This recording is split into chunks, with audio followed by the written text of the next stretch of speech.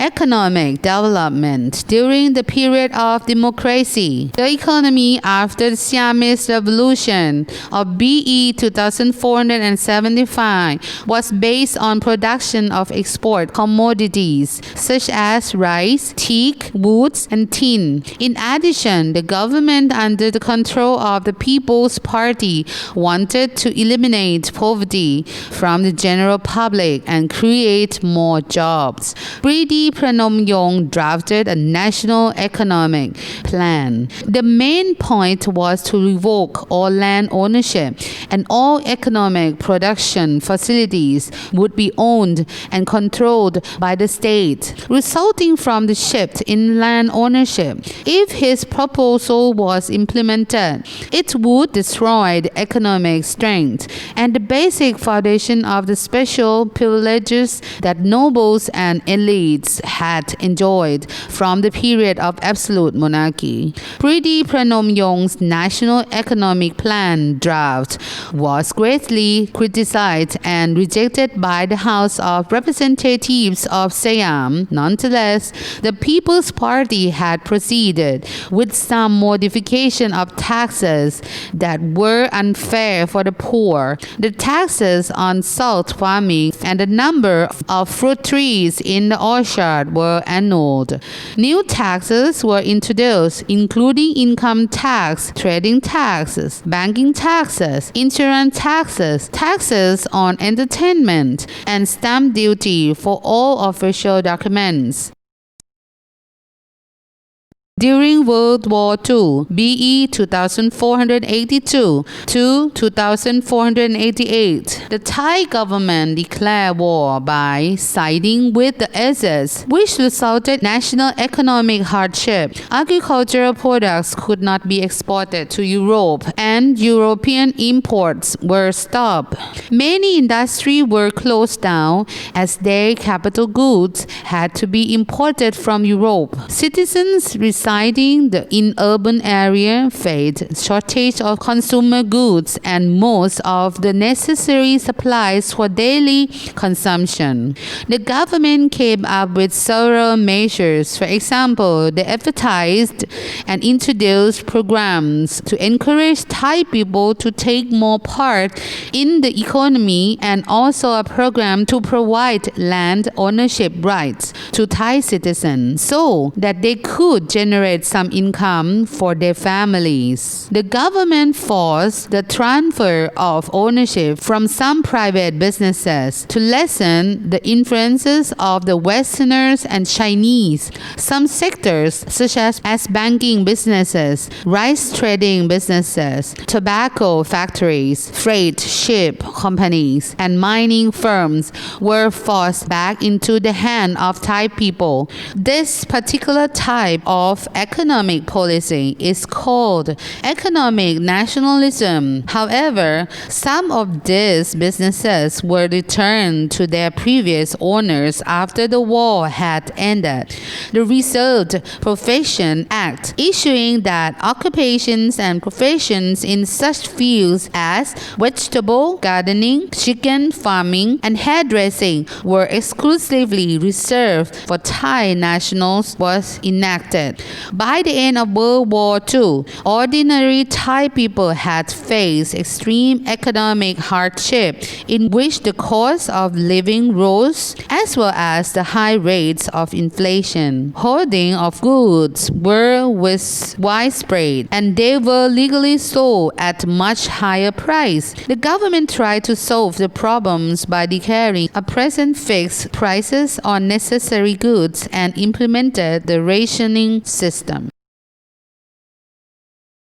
In the post-World War II period, the Siamese government must sign formal agreement to terminate the state of war between Siam and Britain. As a result, Siam was forced to make payment for war reparation in the form of rice supply to Britain, creating rice shortage in the country. Consequently, the government urged for the rapid increase in the agricultural production for both domestic consumption and export, along with policies to liberalize trade regulations. The government also founded the Chamber of Commerce, which was to be controlled by private sectors themselves. Therefore, the Chinese influences in the business sector became dominant in the Thai economy once again. However, the government still stuck to the concept of state capitalism by founding a large number of state enterprises, developing the nation by following the National Economic and Social Development Plan. Since BE 2490, the international politics had shifted to the stage of the Cold War.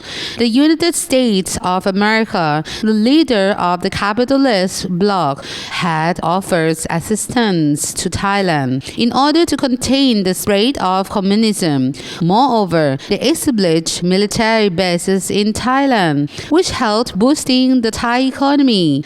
The U.S. supported the Thai government to create the very first National Economic Development Plan for Thailand to systematically develop its economy. Then the government founded the National Economic Development Board in BE 2502 and implemented the first National Economic Development Plan BE 2504 to 2509, targeting to develop basic infrastructures, including roads, dams, electricity, water supply, and communication system that would support the industrial sector.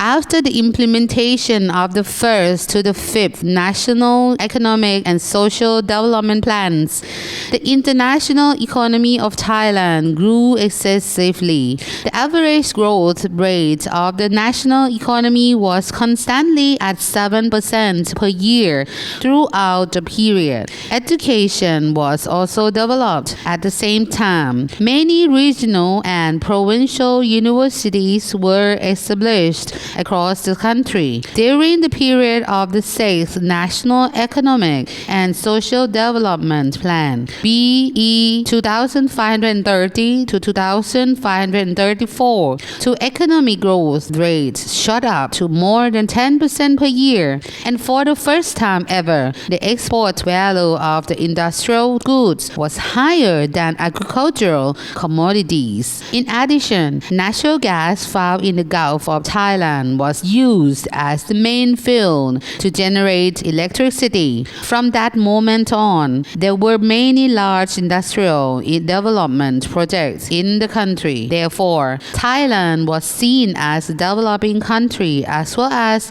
a new industrialized nation with the highest rate of economic growth in the region. As for the 7th National Economic and Social Development Plan, BE 2535 to 2539, the nation was able to maintain a stable high growth rate, helped by the formation of the Asian Free Trade Area after. Many restrictions that had previously obstructed free trade were lifted, attracting more and more foreign investors to invest in Thailand. Nonetheless, there were several social effects caused by the implementations of the National Economic and Social Development Plans as follows. 1. It caused unbalanced developments, creating inequality between urban and rural areas. The government only supported and encouraged investments in the industrial sector, causing an unbalanced development between the industrial and agricultural sectors. Development only thrived in the capital and big cities. 2. There was poverty within the grassroots population, as the government did not solve the core problems of the rural areas and agricultural sectors. 3. There was an increase of a new population group in the urban society, which were rural people who moved from the rural areas toward the urban cities due to to economic and financial needs. They worked as hard laborers in both service and industrial sectors. The Thai economy became inseparable from the world economy. The growth rate of the Thai economy rapidly shot up because of the export of industrial products as well as services, particularly the tourism services, because of a larger amount of income from the export of industrial products. The Thai government paid less attention to the agricultural sector, rather focusing its support on the industrial sector and trying to develop the country to become an industrialized nation. The government opened the door to investments. The government encouraged both foreign and Thai investors to invest in the industrial, real estate, securities, and service sectors.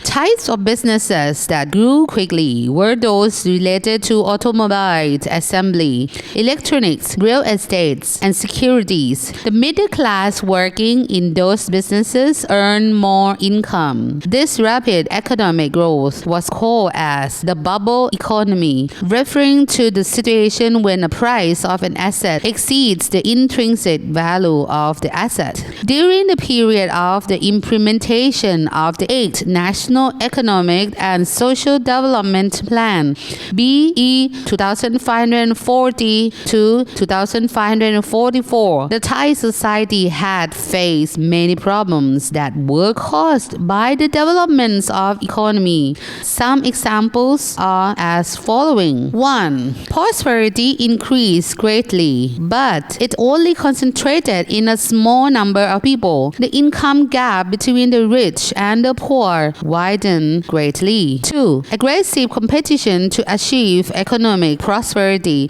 brought about the lower standard of the ethics and morality. Traditional Thai norms lost their importance. 3. Rushing to develop the economy caused a rapid degeneration of national resources as well as natural environments.